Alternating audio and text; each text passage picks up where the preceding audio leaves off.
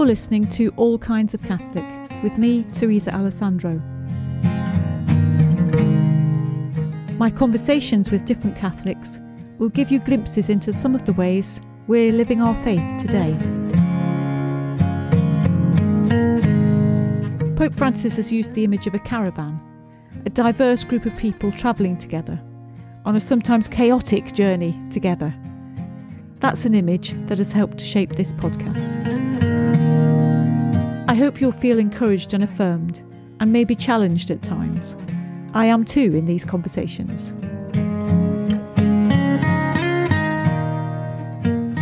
So listeners, I'm joined today by Eoin, and we're going to speak about pilgrimage. So in this year of Jubilee, this is going to be something interesting to talk about.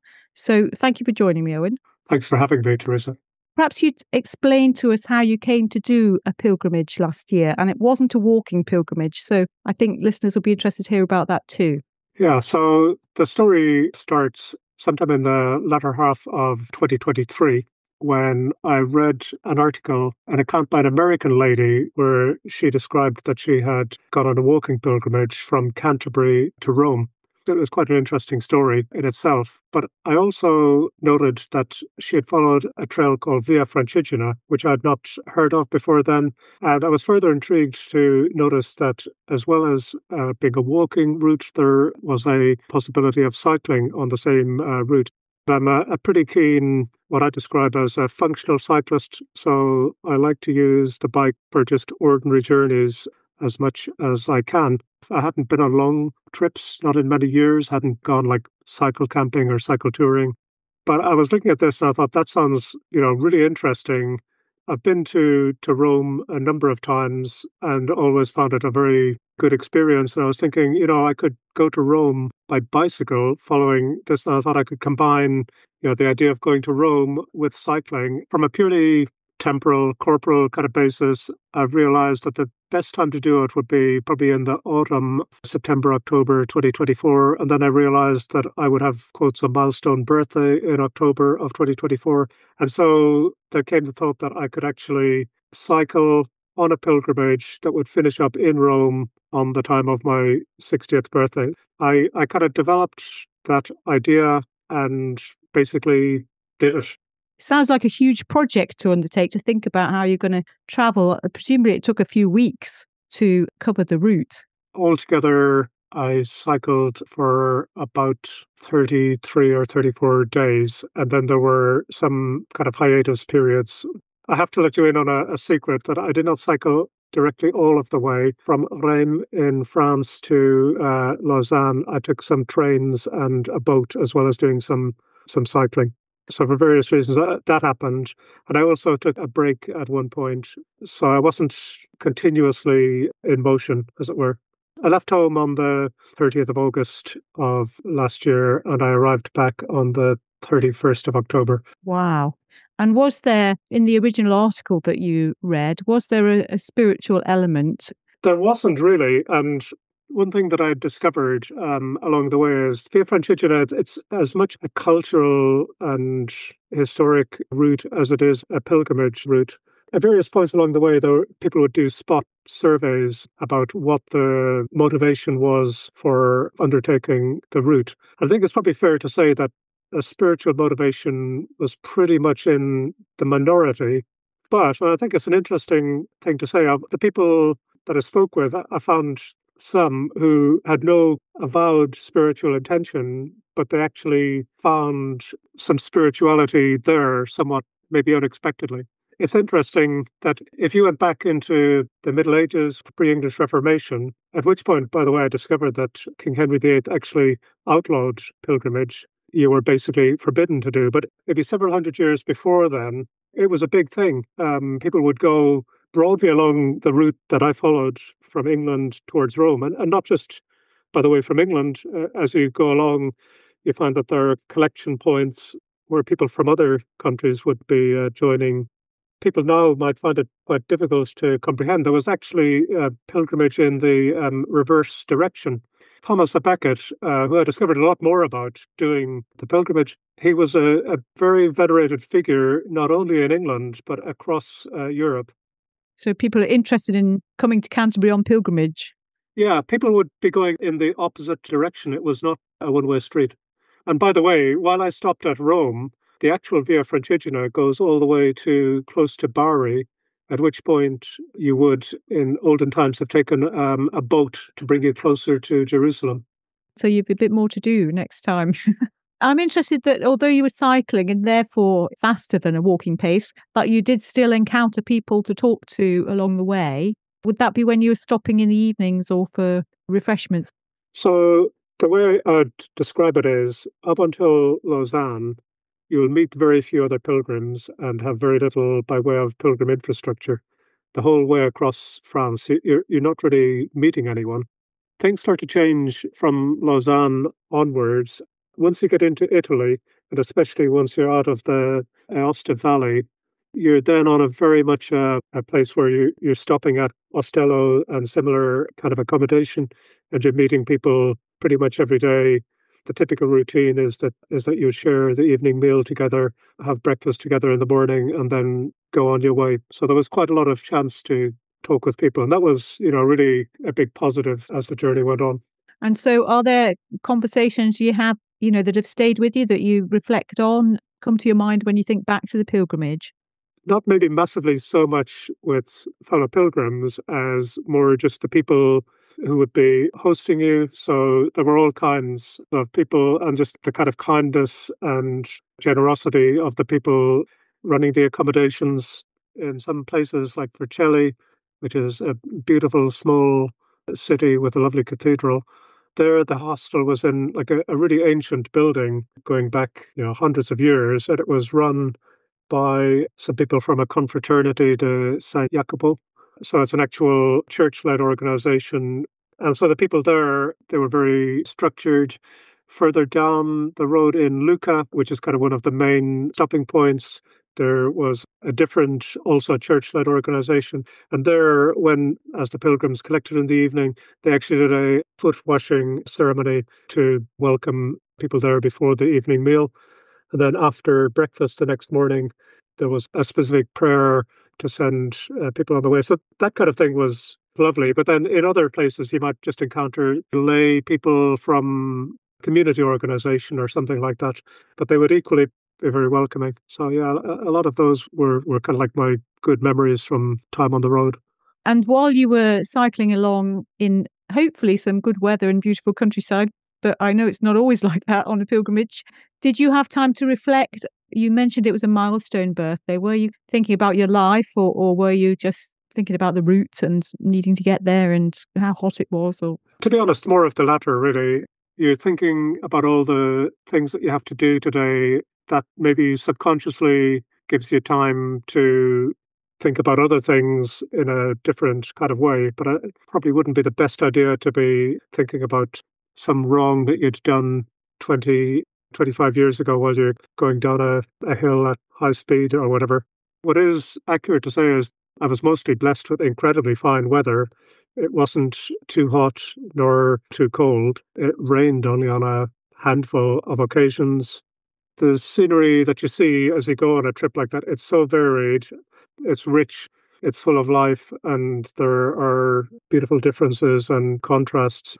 Starting out going across the plains in northern France, where a lot of the route takes you through World War One scenes, lots and lots of very poignant memorials. Then you come down, obviously, you go in through Switzerland, you've got the sheer grandeur of the Alps, towering mountains with this, the incredible thought that people actually managed to live up there. You come down through the Val d'Aosta on the Italian side, and it's just like this medieval kind of thing, heavily forested, forts, ancient towns. And then you're on the so-called the plain of the Po. It's just very, very flat, grows lots and lots of rice. Vercelli, that I mentioned earlier, is known as the rice capital of Europe. And then you cross over the Po, which is a quite amazing experience because you can actually get a boat that brings you on crossing of the Po, including with your bike. And then you're off into the Apennines, and you cross over the Apennines at 1,000 meters high. And then you briefly glimpse the Ligurian Sea, which is part of the Mediterranean. And then you're off again up into hills, and then you're into the Tuscan hills, which are just as amazing as anyone ever says. before you know it, you've come down through all there and you're into the province of Lazio, and then you're into Rome, which is like a whole separate thing. And then you come into, of course, the tiny little beautiful Vatican City. So you went all the way into the Vatican. Is there a passport to be stamped? Sure, yeah. There's a pilgrim passport, a credential, which you get before I got it at Canterbury Cathedral. And then as you go along the way, you get it stamped. Some of the accommodations are maybe more strict about it than others. Some would not let you in to the pilgrim accommodation without sight of the credential. It becomes a really beautiful memory of the time. And when you get to the Vatican, in possession of a duly stamped passport, you get a fast track. You get to bypass the ordinary queue that's going into the Basilica. You get in to get the one final stamp and you get a testimonial, a kind of graduation certificate. Oh, well, that's marking your achievement then. And you mentioned that you've been to Rome before. Did it feel like somebody who's a Catholic arriving in Rome, having done this amazing pilgrimage, was there a feeling of achievement that connected you with your faith, or was it more about, phew, I finished cycling? So on the very first day that I left my house, I cycled across the fields to the next town over, Twyford, and I went to weekday mass, which is something I normally wouldn't do. I'm normally at work, and to be honest, I'm not normally the kind of person that would go to an ordinary weekday mass. But I went to mass there in the tiny little church with, not very many people, to ask St. Thomas More, who's the patron saint of that church, to guide me well on the voyage. And then I went by train to London at a little mini tour of some places in London that are associated with St. Thomas More. So his birthplace, the place where he lived in Chelsea, and the place where he met his end at the Tower of London. And I headed down to Canterbury by the train. And I'm not sure if you know that the major relic of St. Thomas More is actually in St. Dunstan's Church in Canterbury. And it's a little bit grisly, but actually his head was preserved there by his daughter, who was Margaret Roper, who was living in Canterbury at the time. So I had that connection with St. Thomas More from our tiny little church in my home parish. And then I went on the journey. Eventually, when I got to Rome, I checked in the afternoon, went in and got the testimonial, but I realized that there was a mass there at 6:30 in the evening. So I had to cycle off to find the accommodation. It poured with the rain and they absolutely tipped it down. It was one of the rare times it did. And I was pretty tired, I'm not going to lie, but I thought I should go back and go to mass this evening. So I went back to the Basilica. It was basically just like a 6:30 vigil mass on Saturday. And of course, it was all in Italian, which I don't speak. But it was just a beautiful connection back to the point when I'd set out. I thought, now my journey is done. I've gone from this tiny church here. Now, along the way, I'd gone through various cathedrals and ordinary churches that I'd gone to Mass at, but now I was finishing at not quite the mother church, because obviously it was not St. John Lateran, but St. Peter's Basilica is like pretty high up there. There was definitely a big loop that closed for me at that time.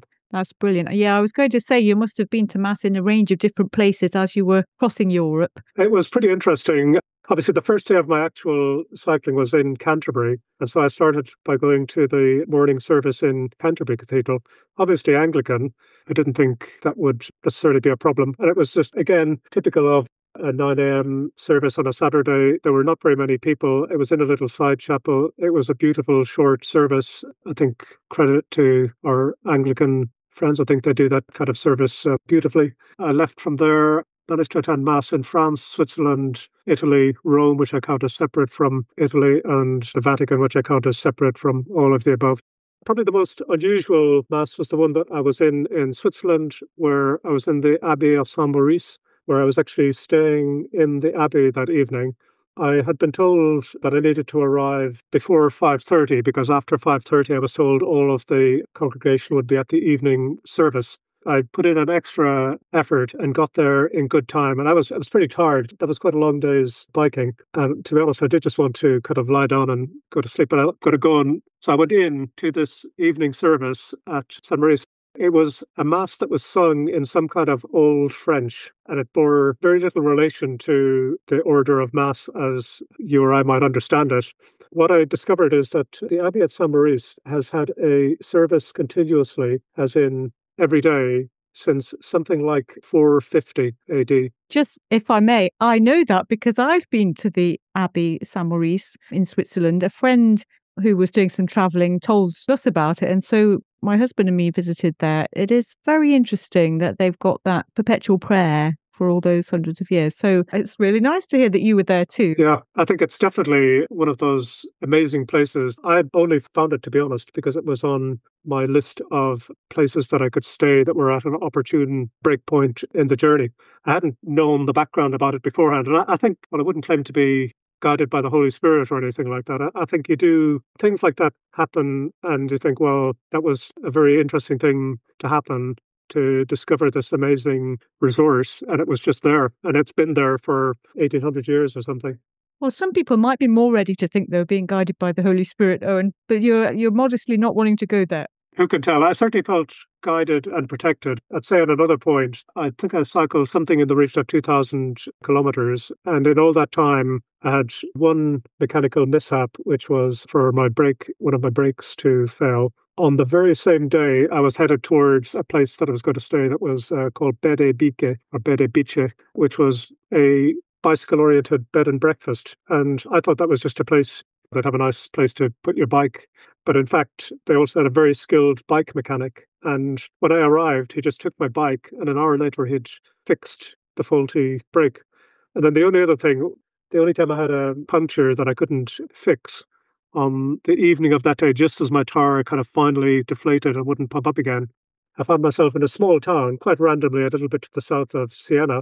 And by coincidence or otherwise, I found a bike shop that it was A, open, B, had a guy in there who was very friendly and fixed up the puncture such a way that I went all the way on to Rome on some really rough roads. So I definitely felt like I was being looked after on the trip. On arriving in Rome, did you feel a sense of achievement? You mentioned this really nice book ending with Mass at the beginning and the end of your journey. And then coming home from that Mass, did you feel a sense of, having achieved something amazing for this milestone birthday, or was it just too tiring at that point? Did it take some time to sink in?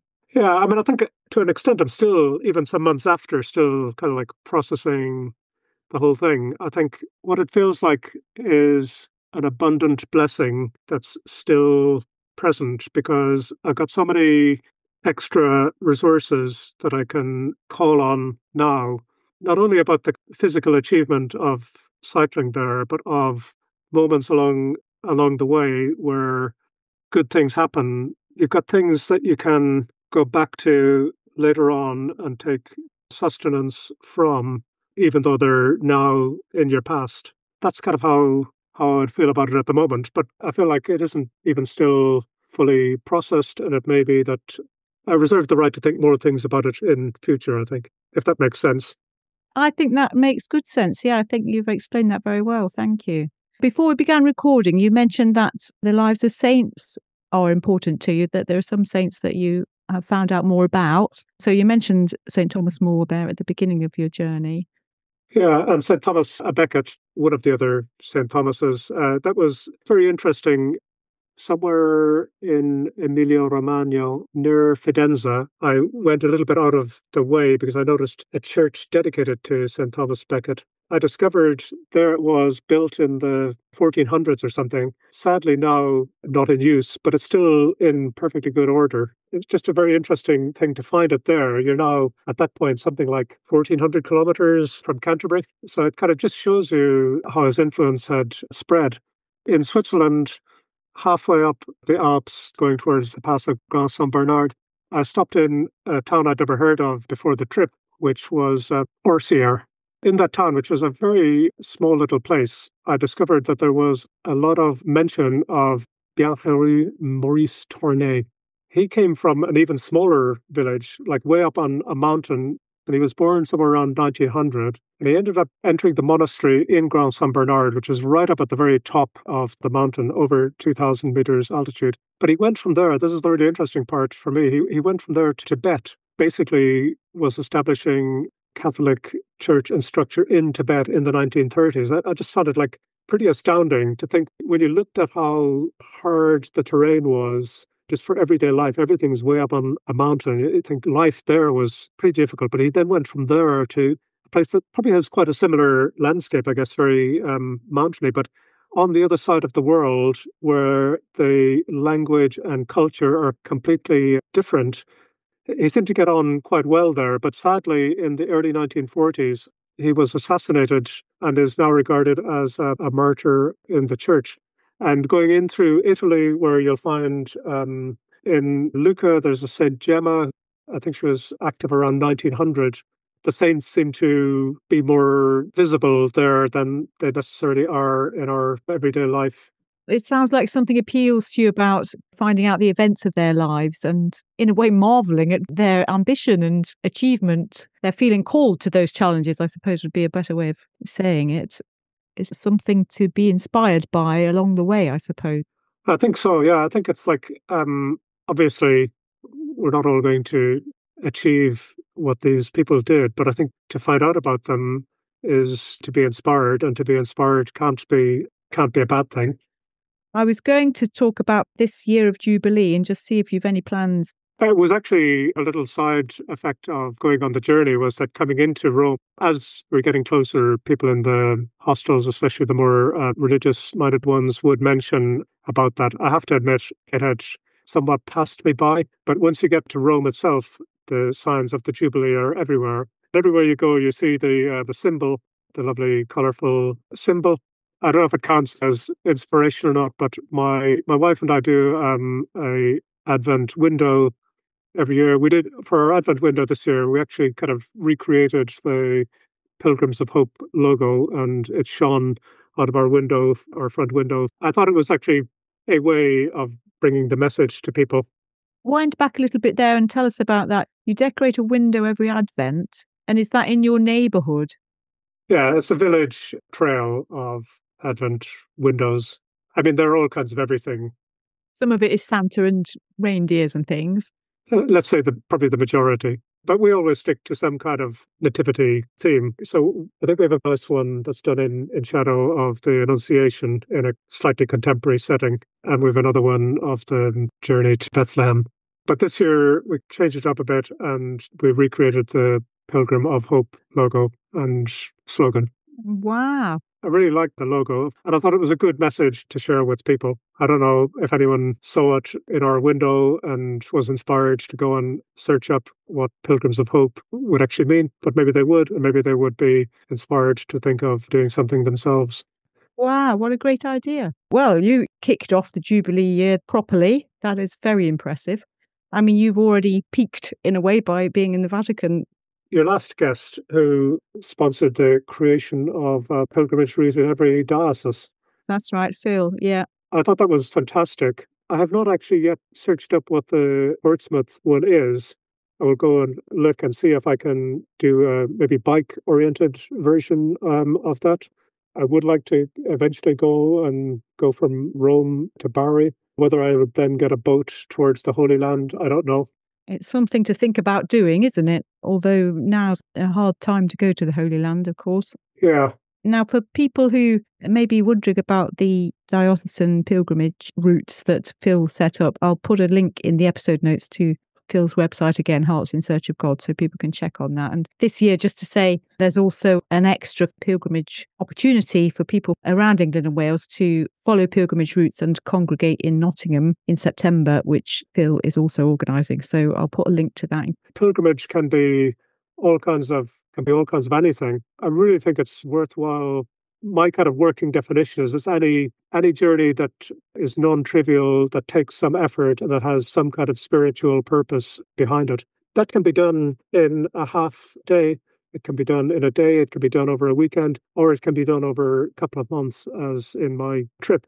Specifically on Via Francigena, you don't have to think about doing all of it. You can do some of it, and you can do it by cycling. You can do it by walking. There are people who have done it by horse. At some of the Ostellos, they actually have a sign up saying, "We welcome pilgrims on foot, by bicycle, on horse, or even on a mule." And so what I'd say is that there's huge opportunity on that one route. It's a huge resource. If you've only got 2 days, 5 days, if you're not up to walking long distances, there are train and bus that you can use to help you. Many along the way, as I discovered, many amazing spiritual and human resources to tap into. That's really helpful. I like your working definition of pilgrimage. Thank you for sharing that, Eoin, and thank you for giving some encouragement to people who might just need a little nudge to think about really doing something and making a journey that has some meaning to it, especially in this year of Jubilee. I think there's lots there that will resonate with people, whether they've done some sort of journey or are just thinking about it. So thanks very much for making the time, Eoin. You're welcome, Teresa, and thank you for having me. Thanks so much for joining me on All Kinds of Catholic this time. I hope today's conversation has resonated with you. A new episode is released each Wednesday. Follow All Kinds of Catholic on the usual podcast platforms. Rate and review to help others find it. And follow our X, Twitter and Facebook accounts @Kinds of Catholic. You can comment on episodes and be part of the dialogue there. You can also text me if you're listening to the podcast on your phone, although I won't be able to reply to those texts. Until the next time then.